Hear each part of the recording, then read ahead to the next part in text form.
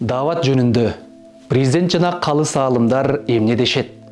Кыргыз Республикасынын дин чөйрөсүндөгү айрым мыйзам актыларына өзгөртүүлөрдү киргизүү жөнүндө мыйзамдын долбоору талкууга коюлгандан бери дин тутуу темасы өзгөчө дават боюнча ар кандай кайчы пикирлер айтылууда. Оюн эркин билдирүү ар кимдин конституциялык укугу. Ошондой болсо да, адегенде дават тууралуу айтылуу аалымдарыбыздын тыянактарына кулак түшөсөк, аз да болсо туура түшүнүп келмек. Даватчы катары таанылган аалымдарыбыз эмес, араб мамлекетинде билим алган Чубак ажы, Абдышүкүр ажы, Калысбек Заманбеков сыяктуу калыс аалымдарыбыздын айткандарын талдап көрүңүз. Баары бир ооздон даваттын пайдасынан башка эч бир зыяны жоктугун баса белгилешет. Дават бул напсини тарбиялоонун, ичтеги текебердикти сындыруунун, жаман адаттарды таштоонун, ибадатты, кулк мүнөздү, адеп ахлакты жакшыртуунун, ыйман, ынсап, ыхласты бекемдөөнүн, өзүңдү жана чөйрөңдү оңдоонун өтө берекелүү жолу катары баа беришет. Мамлекет башчыбыз да Садыр Жапаров өз сөзүндө тааныштарынын арасында дават себеп болуп оңолгондор бар экендигин белгиледи.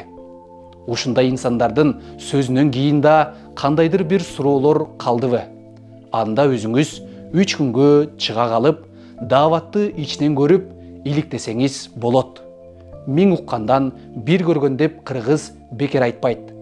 Кулак каңгырыш угушу мүмкүн, бирок көз алдабайт. Мен ошенткем. Миң уккандан бир көргөн. 2013-2015 жылдары президенттин аппаратында дин иштерин караган бөлүмдө иштегем. Ошондо да даватты жабуу керек деген маанидеги каттар, кайрылуулар болуп калчу. Эгер чечим чыгаруу үчүн президент аналитика сураса, жөндүү эчтеме сунуштай алмак эмесмин. Анткени даватты башкалар сыяктуу сырттан гана байкап жүрчүмүн. Чынын айтсам, даватчылар жумушу жоктон кечке эле эл кыдырып жүрө берген бекерчилердей сезилчү. Акыл үйрөтпөй тиричилигин кылбайбы деген ой келчү. Кээде жолдо жолугуп жакшы сөздөр айтылат. Мечитке келиңиз деп сылык сыпа чакырышат да, баш тартсаң деле жылмая алкыш айтып жолун улашат. Таңгуулашпайт. Айтор президент маалымат сурап калса, менин оюмча деп ойду тоону чарпыбай даяр болоюн деп 3 күнгө даватка чыктым. Биринчи эле күнү чыкканда бул мээнет жөнүндө пикирим бир топ өзгөрдү. Күмөндүү суроолорго жооп тапканы бир нече жолу кайталап чыктым да мындай тыянакка келдим. Алгачкы тыянактар. Биринчиден, даватка чыккандар бекерчилер эмес экен. Арасында ийгиликтүү ишкерлер, спортчулар, керек болсо дүйнө чемпиондору, юристтер, фермерлер, мугалимдер, дегеле ар тармакта өз ишин мыкты билген сапаттуу адистер бар эле. Убактыларын пландап, колу бошой калганда рухун тазартканы, руханий азык алганы жана өз динин үйрөнгөнү, ибадаттын, ахлактын оңдогону чыгышыптыр. Ошол эле мезгилде арака берилип кеткендер, жаман чөйрөлөргө кошулуп, жакындарын кыжаалат кылган тентектер бар. Аларды тааныштары, туугандары кошуп беришет экен. 3-чү категорияда болсо банкрот болуп, кызматтан бошоп же башка бир көйгөйгө кабылып, стресске кабылгандар. Алар жан дүйнөдөгү боштукту толтуруп, көңүлдөгү кыжаалаттыкты кетирүүнүн жолун издегендер. Коштошчу күн келгенде баарынын жан дүйнөм жыргап калды. Жүрөктөр тазарды, жумшарды. Сонун турбайбы? Барып, ата-энеме кызмат кылам. Үй бүлөмө жакшы мамиле жасайм. Таарынкандарды кечирдим. Өзүм да кечирим сурайм. Мурда неге билбедим экен? Буйруса кайра чыгам деген мааниде чын ыхласта таасирленген бөлүшкөндөрүн уктум. Ошондой эле өзгөрүүлөр өзүмдө да болгонун моюндайм. Атайын сырдашып, бирден тартып да сурамжылоолорду кылып, даватка бекер эле чыгыптырмын. Пайдасы болбоду. Убакыттан бөөдө кетти деген бир да адамды жолуктурбадым. Экинчиден, дааватта кечке эле эшиктерди такылдатышпайт экен. Болгону күн батаар алдында качантан бери зыярат кылына элек көчөлөрдү 20 мүнөтчө гана кыдырып мечитке чакырышат экен. Ушул иш кыдыруу, гаш деп аталат. Калган учурда китеп окушат, жаңы дуаларды, аяттарды жатташат, аалымдардын сабактарын угушат, суроолоруна жооп алышат, ар бир амалдын адептерин үйрөнүшөт, оорулардан кабар алышат, ичимдикке берилип, үй бүлөсүнө зулумдук кылгандар тууралуу жакындары айтып келсе, белек бечек алып, барып жолугуп, жылуу сөздөр менен жакшылыкка чакырышат. Тамакты да өздөрү бышырып жешет. Эки нерсеге такыр кийлигишпейбиз. Саясатка жана мечиттин ишине деген эрежени катуу карманышат. Колдору бошой калса эле өз ара таанышып, баарлашып отурушат. Үчүнчүдөн, ар бир адам дааватка бирөөнү үйрөтөм, оңойм деп эмес, өзүмдү оңосом, адеп ахлакты, динимди, ибадатымды үйрөнсөм, аалымдардын насаатын уксам деген ниетте чыгат экен. Ошол эле мезгилде башкалар да оңолуп, бактылуу болсо экен деген гам пикир менен бир маал эл аралайт жана түндөрү жаратканга дуа кылышат. Эшикти тыкылдатып, эки ооз сөз айтчу адамды кеңешип дайындашат. Жалаң эле аалымдар, кыйындар эмес, жаңылар деле үйрөнсүн деп бул милдетти биринчи жолу чыккандарга да ыйгарышат. Дагы бир белгилөөчү жагдай, башка динди тутунгандарга даават кылынбайт. Падышадан сел саяка чейин. Дааватчылар бийлик төрүндөгү төбөлдөн тартып, абактагыларга жана ооруканадагыларга чейин зыярат кылып, жакшылыкка чакырып, жамандыктан кайтарып, көңүл маанайды көтөрчү сөздөрдү айтышат. Далай, үйсүз, сел саяктарды кийимин жаңылап, тамак ашын камсыздап, 40 күн же 4 айга ала кетишип, аларды кадимки турмушун тикелеп, үй бүлөсү менен биригишине себеп болгон мисалдар бар. Ошончо аралыкта арака, чылымга, баңгиге, телефонго, кумар оюндарына болгон көз карандылыктан арылып, руханий шыпа таап келгендер канча.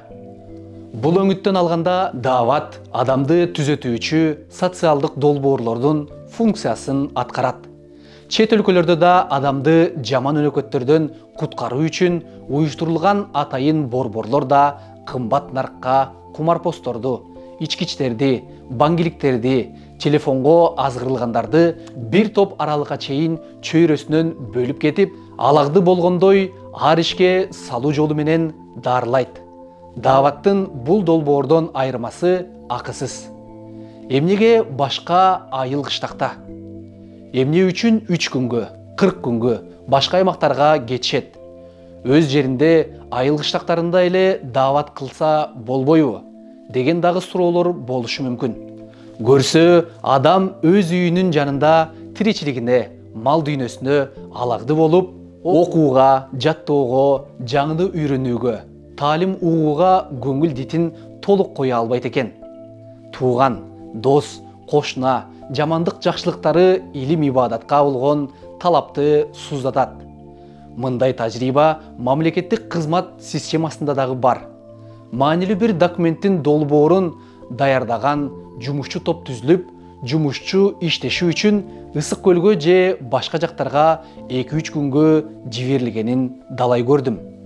Дагы бир негиз, өзгө жерде жаңы, бейтааныш адамдардын сөздөрү өтүмдүү. Колдоор алтындын баркы жок дегендей өз айылыңда. Демейде мыкты инсанды деле ар дайым уга беришпейт. Башка аймактарга чыгуунун дагы жакшы жагы жаңы адамдар менен достук, бир туугандык курулат. Ар гүлдүн ар башка жыты бар дегендей түрдүү адамдардан мыкты сыпаттарды үйрөнүп, акылман эне аталардын, устаздардын накыл кептерин угуп, жан дүйнөң, акыл парасатың байыйт. Көзүң көргөн жер көңүлүңдө калат дегендей, менин кокту колотум деген тар түшүнүктөн бийик көтөрүлүп, мекендин ар бир булуң бурчун сүйүп, баалоо сезими ойгонот. Дааваттын үйдөн белгилүү бир мөөнөткө үзүлүп чыгуу тартибинде ушундай маанилер катылыптыр. Жүйө жана жооп. Өзүң чыгып, бир аз түшүнүк алган соң даават жабылсын дегендердин келтирген аргументтерин тизмектеп талдадым. Биринчиден, кийимдери кир, буттары таза эмес, тазалап алып акыл айтпайбы дегендерге жооп. Бул ойго мурда мен дагы макул элем. Бирок өзүм чыккан соң 3 күн ичинде эмне кылсаң деле кийим, дене кирдеп, жүдөп калаарын түшүндүм. Мусапырчылыкта денени, кийимди чайкап алууга шарт дайым эле боло бербейт. Анын үстүнө тойго бараткандан кийин бир кийим менен эле кетесиң. Кийимди, денени жууп койсоң тазарат. Бирок кийимин кир деп адамды кемсинтирген жүрөктүн кирин кетирүү алда канча оор. Ошол кийимдин ичинде не деген байлар, бийлер, билимдүүлөр болоруна далай күбө болдум. Орус элинин кийимине карап күтүп, акылына карап узатат деген макалы аргасыз эске түшөт. Экинчиден, эшиктерди такылдатып, тынчыбызды алышат, уйкуну бузушат дегендерге жооп. Биринчиден, коркунуч эшикти такылдаткандардан эмес, такылдатпай жашыруун кирген уурлардан же бузуп кирген каракчылардан болор. Экинчиден, эл кыдыруу күндүз, кечкире электе, эл уктай электе болот. 3 жолу тыкылдатып, жооп болбосо кете берет. Мындай үймө-үй кыдырып үгүт кылуу практикасы башка диндерде дагы бар.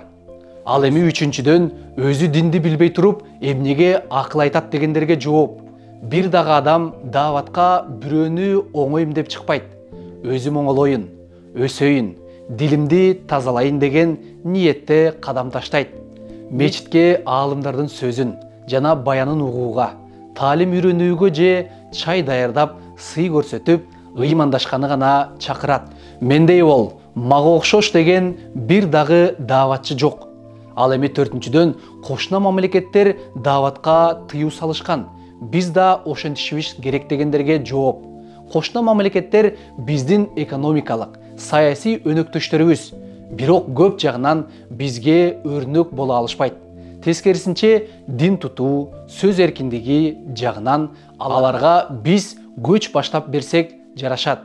Бизде дин тутуу жана диний билим алуу эркиндиги болгондуктан Чубак ажы, Абдышкүр ажы, Максат ажы сыяктуу таанылып, чоң аалымдар чыгышты. Эгемендүүлүк келгени Борбордук Азия, ал тургай кымышы өлкөлөрүндө аларга тең келчү топ жарган уламалар чыккан жок. Биздин устаздар социалдык тармактардан байма-бай чыгып, элди журтту жакшылыкка чакырып, оңолуу жолуна багыштап жатканы кандай чоң жакшылык. Ал эми алтынчыдан, кийимдери чоочун элдики, кыргызча эле кийинишпейби дегендерге жооп. Буга дагы мен да макулмун. Бара-бара ушундай эле болуп баратат. Максат ажы, Садвакас ажы, Калысбек Заманбеков сыяктуу калпакты такай кийген кыргызды табуу кыйын. Кештелүү кымкап кийген дааватчылар дагы көбөйүп баратат. Буйруса бул жаатта өзгөрүүлөр бар. Кыргыздын кыргыздай көрүнгөнүнө не жетсин. Ал эми жетинчиден, заман өзгөрдү.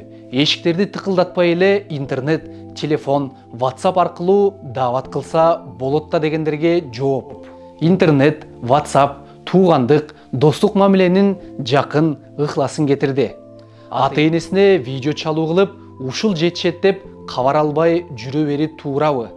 Интернетте дененин табы, жыты, кучактын жылуулугу сезилбейт. Туугандын жытын, жылуулугун сагынып, тизеге тизе тийгизип, көзгө көз чагылып, баарлашкысы келет. Мурда жакшылыктарда гүл, белек көтөрүп келчүлөр азыр WhatsApp аркылуу гүлдүн, торттун сүрөтүн жиберип чектелүүдө. Ыйман сөзүндө, адеп тарбиясында мындай ыкма жарабайт. Телефонду колго алган соң, жалкоо, напси, жеңил желпи TikTok тарапка бурулуп кетет. 24 саат бою ыйманды, динди көрсөткөн телеканалдар дүйнөдө көп. Бирок алардан таасир өтө аз. Көпчүлүккө кайрылгандан бетме-бет баарлашканчалык өтүмү болбойт. Кыдырууда эмне маселе? Кыдырып даават кылууга, тыюу салууга эмне негиз бар? Максат адамдардын тынчын албашпы?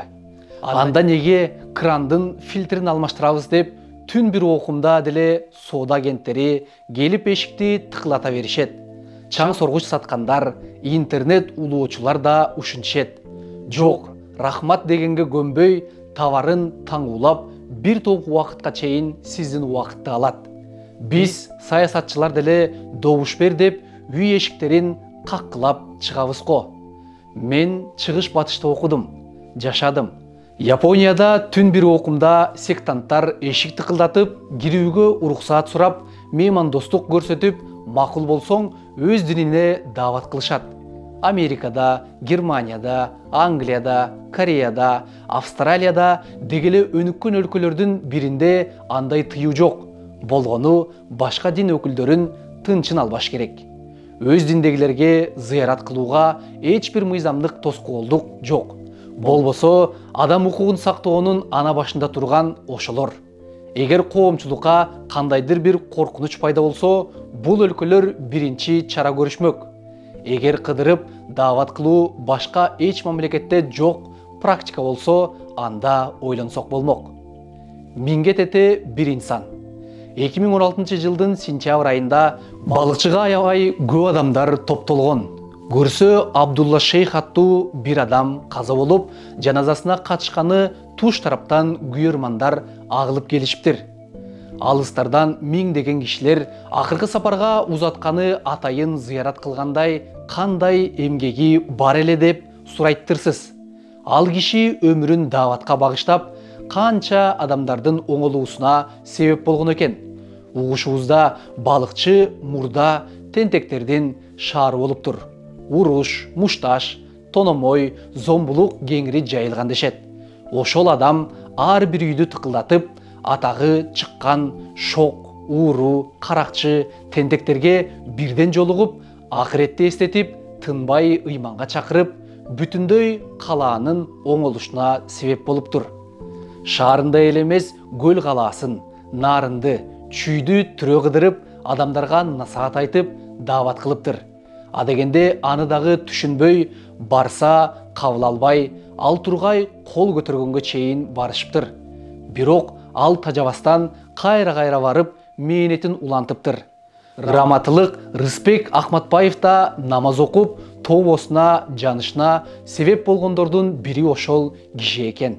Бир кезде ага бут тосуп, таш кармап беттегендер, ушинтип жаназасына ат арытып, келчү шакирттерине айланыптыр. Пакистан сапары. Азыркы дин чөйрөсүндөгү мыйзамдык өзгөрүүлөр демилгелегенде, балким мен али билбеген алишимдиктерди болуп жүрбөсүн деп атайын Пакистанга барып, даават ишине ичтен байкоо салдым. Ал жакта бүт дүйнөдөн адамдар келишип, аалымдардын сабагын тыңдап, андан ары дааватка чыгышат экен. Арасында карапайымдар да, чириген байлар да, билимсиздери да, профессор, академиктери да, жаштары да, карлары дагы бар. Ар улуттагы, түстөгү адамдар менен баарлашсаң, мурда көчө таптап, туура эмес иштерди кылып, ичимдикке, кумарга, аялдарга берилип, напсинин кул болуп жүргөн абалдын сызына ушул даават куткарды деп шүгүр кылышат. Кыргызстандык бир бакубат аксакал дааватчыларга туш болбогондо, кылмыш дүйнөсүнө аралашып, ошондон ары жок болмокмун деп ымандай сырын айтты. Даават менен оңолдук дегендер өтө эле көп экен. Аябай дыкат, баам салып, бул мээнеттин дегеле зыян жагын көрө албадым. Чубак ажекебиз туура айткан экен. Ар тармакты ажиси билет. Оорулуу жардам сурап кайрылса, дарыгерге жеткиребиз. Унаа бузулса, кымбатына карабай, устага кайрылабыз. Себеби адамды кантип даарылашты, техниканы кантип оңдошту биз билбейбиз. Ажиси билет. Билбегенин билгендик жакшы сыпат. Билбей туруп билемдеш, опурталдуу. Артыкты тыртык кылып, бүтүндү бүлүңдүрүп алышыңыз мүмкүн. Дин деле дал ошол медицина, инженерия сыяктуу терең илим билимди талап кылган тармак. Бирок диний маселеге келгенде билим түшүнүгү жоктордун деле аалым билерман болуп чыга келиши кейиштүү да, көйгөйлүү да көрүнүш. Дарыгер менен устага кайрылгандай эле айтылуу аалымдарга кайрылып, акылын, пикирин угуп тыянак кылууну үйрөнсөк, акыйкат чечимдерди тапмакпыз. Макаланын автору Нуржигит Кадырбеков.